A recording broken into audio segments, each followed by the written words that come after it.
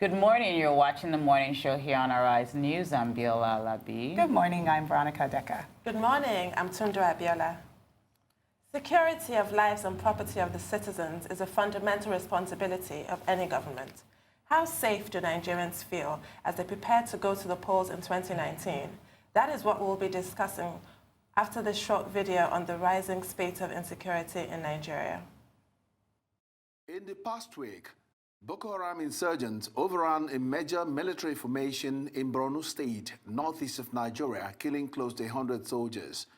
Some news sources have given higher casualty figures from the attack, which is the latest in the bloodletting orgy that has haunted that part of the country for more than 10 years. Curiously, as at this moment, the military high command has yet to make any pronouncement about the incident, and as most Nigerians have come to find out, if that pronouncement or admission is ever going to be made, it would most likely be in such a form that ends up grossly playing down both the casualty figure and the significance of the incident.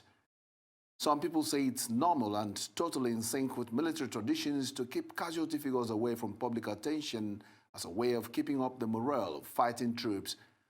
But going by several documented accounts, the question keeps coming up about how much of a fighting spirit is left the long-suffering soldiers at the forefront of this increasingly ruinous war. Sadly, the body bags continue to pile up. The collateral damage from this internecine war simply benumbs the mind. Nigeria's new theater of violence appears to be expanding outwards from the northeast through the middle belt and headed towards the southern boundaries. Thousands of lives and whole towns and villages have been wiped out in the process. More and more territory is currently under siege by rampaging gangs of sophisticated weapons-wielding killers masquerading as herdsmen. In the past 3 years, no week has passed without gory pictures emerging to tell the story of the dance of death rapidly spreading southwards of Nigeria. The apparent helplessness of the military in the face of this relentless assault completes a picture of misery. Thousands of Nigerians have become refugees in the land of their fathers, most of them herded into overflowing and unkempt camps where the expected basic provisions and even their security have not been adequately guaranteed. While the military continues to fight against mounting odds, the politicians appear to be singing a different song. Nigeria's ruling party, the All Progressives Congress, believes the fight against insurgency has been largely won, with the military now mopping up the last vestiges of Boko Haram. As expected in a country with such multiplicity of interests and sentiment, there are many who believe that narrative. There are also a lot of people who call it a lie and continue to condemn what they say has been a clear politicization of an issue which is capable of destroying the corporate existence of Nigeria if not handled properly. Charles Ahauku, Arise News, Lagos, Nigeria. Now, governments all over the world enjoy what is usually referred to as a monopoly of violence. One of the reasons for ceding this privilege to governments is because of the enormous security challenges they face every day in trying to guarantee the safety of lives and property of the citizens. All powers of coercion are therefore considered safer in the hands of those whose activities must be seen to be guided by the laws of the land. But when non-state actors and purveyors of violence are able to acquire capabilities more effective than those of governments, the fundamental rights of citizens come under constant threat. This scenario has played out for more than 10 years in Nigeria with the menace of Boko Haram and in recent times Fulani herdsmen. As Nigerians prepare to go to the polls in the next 4 months, how safe would they feel doing so? For an answer to this and more, we are now being joined from Arise Studios, Abuja, by a lawyer and former State Director of the State Security Service, Mr. Mike Ejiofor. Welcome to the morning show, sir. Thank you. Good morning. In a follow-up to the video that we just saw, and in getting reports from international organizations, local organizations, there continues to be a warning around the security ahead of elections. When you look at the current situation on the ground, what is your assessment, and where would you say we are, and how prepared are we for 2019? Well, it's worrisome, like you highlighted in your intro. A lot of people are worried. International organizations, United Nations, civil society organizations, politicians, and stakeholders are worried on these forthcoming elections. And I think it gives real cause for worry because of the security challenges we are having. But we must also be mindful that any process that does not, the outcome is flawed, will produce an illegitimate government. So I think we should concentrate efforts in seeing that we have a free, fair, credible election. And my question to you is, how do you have a free and fair election in an environment where people do not feel safe? Well, you see, the major problem is that the security agencies have a greater role to play, apart from INEC, that is the major stakeholder that is involved in the conduct, regulation of electoral process. The INEC on its own cannot do that alone. And if we're talking of secure environment to conduct a credible election, I think the people must be involved too. Like I said earlier, the United Nations, civil society organizations, politicians are all concerned and have expressed grave concern on the forthcoming general elections. And the reasons are obvious. You remember that an incumbent government was unseated, and the PDP on its part is also doing everything possible to ensure that they come back. APC on the other side is trying to retain power. So from both, the stakes are really high. We've never been tested this much. And I think we should be very, very careful on the way we go about this election. People should conduct themselves, especially the politicians who have been making inflammatory statements. The security agencies alone cannot do their job without the cooperation of members of the public. So the politicians have a greater role to play by playing according to the rules of the game, by not making inflammatory speeches. We're talking of hate speeches and in a bid to garner votes. So we must be mindful that Nigeria, if there's no Nigeria, nobody is going to govern anywhere. So if politics is about service, we must try to maintain and retain our country before politicians come in. Great. In your comment, you were talking about the security services. How are the securities organized today that is different from how they were organized in 2015? And what can we expect from the security agencies? Because that is the most important thing, is that we make sure that we have the security on hand that can actually protect and keep people safe during these elections.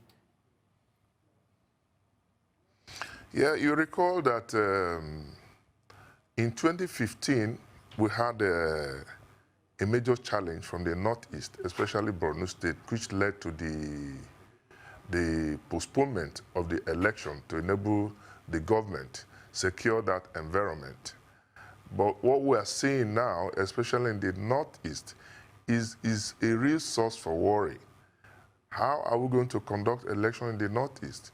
You recall between 2013 and 2014, when the Governor Shettima of Borno State, came out to say that Boko Haram was better equipped than the military. And he was almost crucified for it. As at that time, I think the then government gave excuse that they have other equipment to enable them fight the Boko Haram. And that has been ongoing. And when this government came in, it tried to consolidate on it. And we are no more seeing the issue of bombing in cities like Kaduna, Abuja.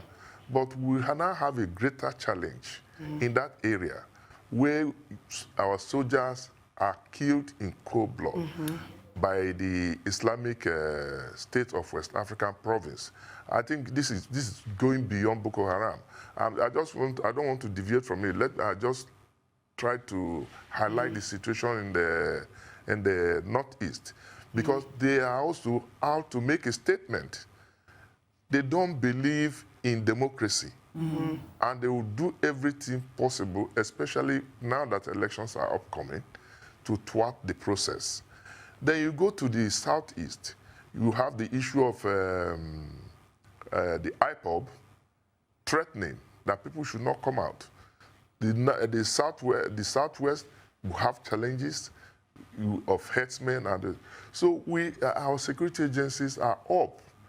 They should be ready to contain all this. It's not just about election. Yeah. Election is just secondary as far as this goes. Our environment must be secured before we start talking of election.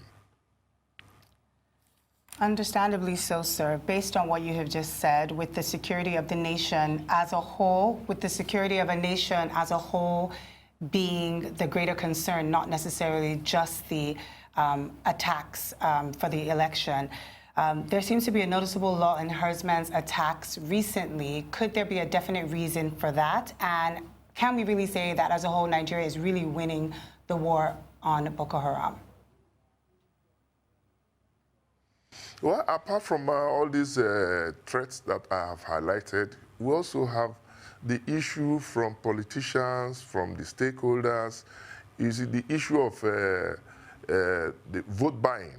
You know that before this time, we used to talk about ballot box snatchings, stuffing, thuggery, and the rest of them.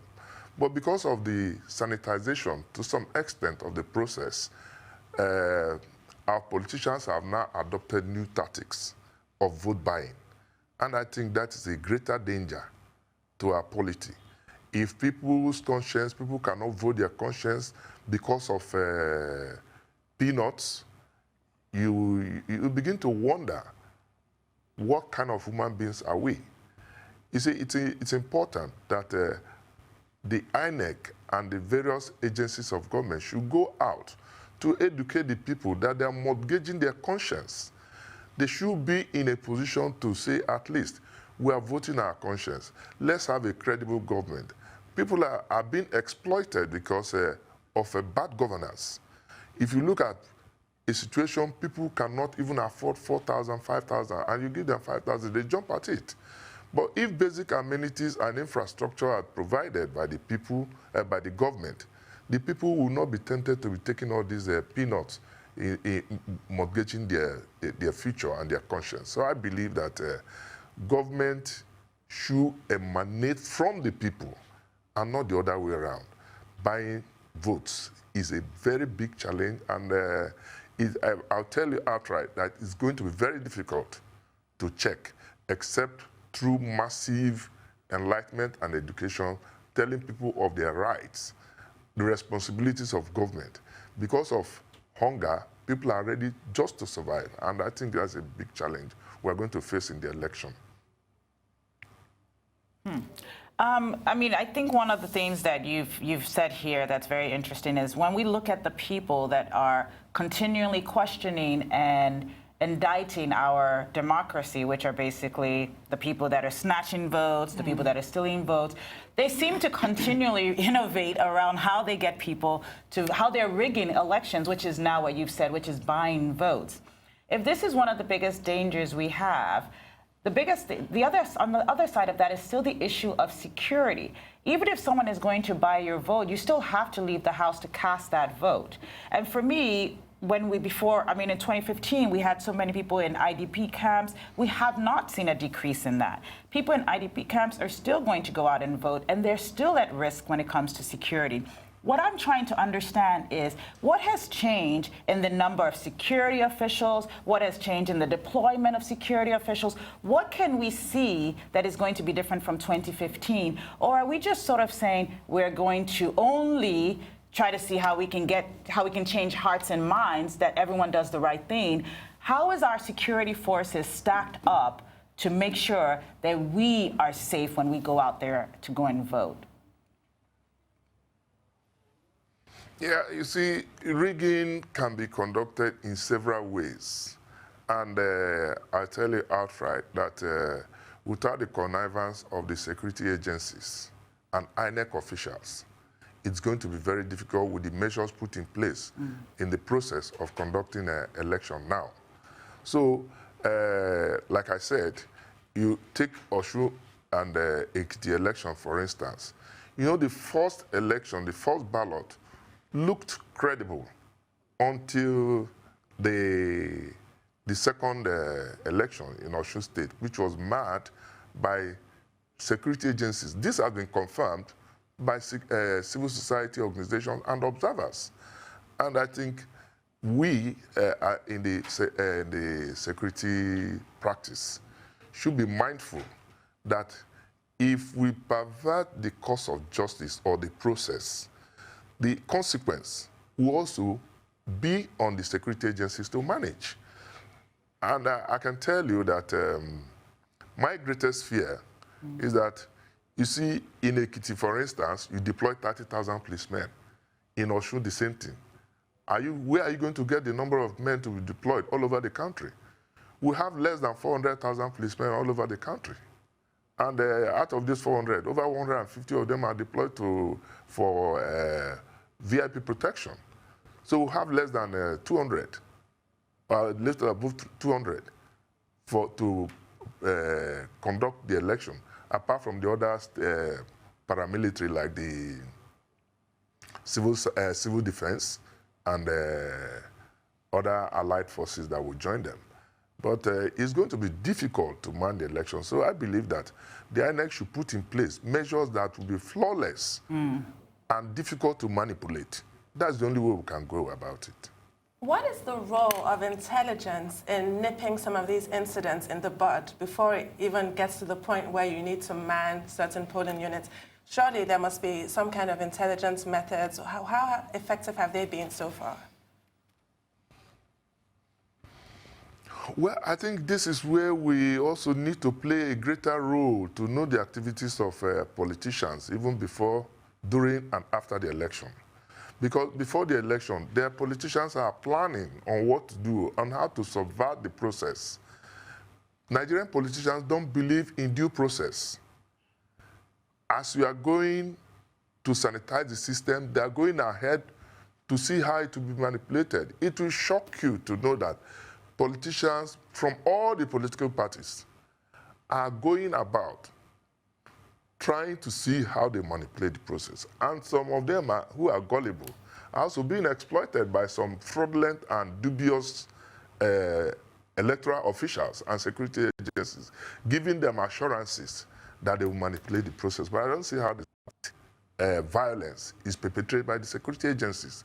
So I have confidence that much as I agree that we'll have a lot of security challenges in the upcoming elections, the people have a greater role to play by protecting their votes. One of the things that we've had many conversations on this show about is the transformation and reconstruction of our security agencies to make sure that states have more control over their security forces. And also, we've talked about state policing, we've talked about community policing.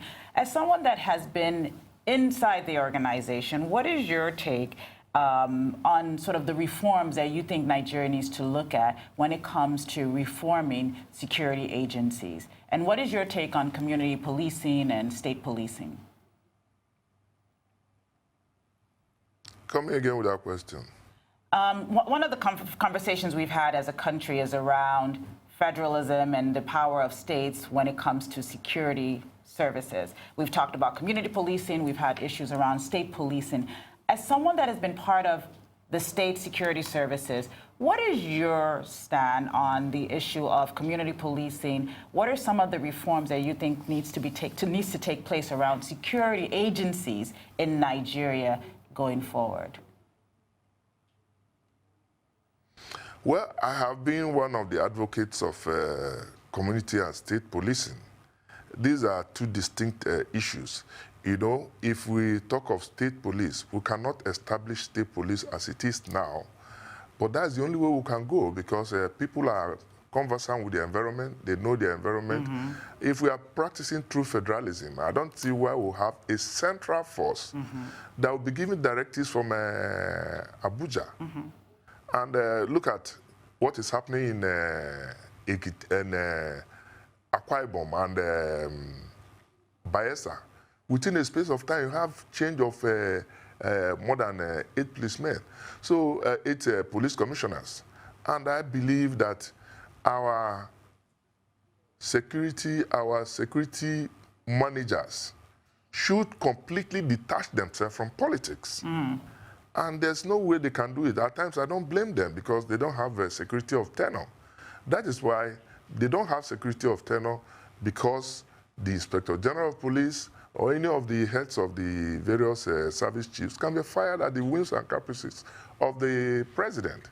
But if they have a security of tenure, that the National Assembly has a role to play on the firing or hiring of the service chiefs, I think they will try to be less partisan. What we are getting now, which is quite unfortunate, is that some of our managers or headship of the leadership of the security agencies are partisan. And that is sad, very, very sad indeed. People have also argued that if you get state police, it's going to be abused. I agree. Is the federal police not being abused as we speak? It's sad, but I think it's a question of time. We're evolving, and with time, we'll get there. Do you foresee that happening in the near future? Do you think the next administration should take on state policing? I mean, it's already there. There are already a couple of bills. Well, the issue is not the question of next administration. I think the National Assembly has initiated action towards establishing the state police, and I think that should be pursued vigorously. Let's give it a try. If you don't try, we cannot just conclude that it will be abused unless it's put in place. And there are also measures and mechanisms that should be put in place to ensure that they are not abused. A lot of your comments highlight the need for police reform, for reform at the INEC level, our electoral processes. What do you think is responsible for the proliferation of small arms and light weapons in Nigeria, and how can that be reformed? Well, you see, one of the greatest challenges also which we have in this country is proliferation of arms. You can see the seizures being made by customs. These are the ones coming from the ports that are identified. And they're also the ones that are come undetected. You look at the issue of Islamic State of West African province. Where are they getting their arms from? Politicians are also available. They are ready, equipping thugs. And I want to use this opportunity to also appeal to our citizens, especially the youths. Any politician who engages you to give you arms, give you drugs so that you don't become yourself, better ask the person to volunteer one of his children to take the lead. Their children are outside schooling and they are using other people's children. It's quite unfortunate and sad, and I think we need some enlightenment on the and you can't explain this than it's just poverty and illiteracy that is worrying all of us. And once people are educated, they know their rights, you can't come and hire me to come and be your talk. Yes, you're really, I like you're stressing the fact that the buck stops with each individual, really. With vote buying, also with political thuggery, it depends on each person to draw the line and demand their rights and what's best for them, not momentary gains. Thank you for that. But I also want to ask you, from an intelligence point of view, your opinion on the whole Fulani herdsman crisis and how it's been handled and seemingly abated at this point. Well, the issue of, I don't call them Fulani herdsmen. If we call them armed terrorists, I don't call them Fulani herdsmen because, like I've always said, I've had an experience on this, and these people have nothing to do with cattle rearing. They are just out there with a purpose yet to be established by government. Why they are out kidnapping and killing people, extorting money. And I believe some of this money they are collecting, they use in purchasing more arms. I want to believe that government has not established the aims and objectives and people behind these armed men. They are not headsmen. Because if you see the headsmen even run away from them. The genuine headsmen. We've been existing, we'll be coexisting with the headsmen.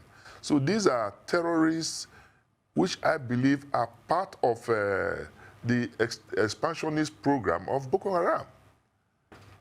Trying to destabilize this country. And the earlier the security agencies established it. Because if you don't identify a problem, there's no way you can have a solution to it. We are yet to address the issue of these armed men terrorizing the whole country. Well, thank you, sir, so much for being on the show today, and thank you for your appeal to the citizenry of Nigeria to be responsible as we go out there to vote. And I think that one of the biggest takeaways from our conversation with you is that security is all of our jobs, not just the officials that are handling our security. So thank you so much for being here. We will be calling upon you again as we march towards 2019. Thank you.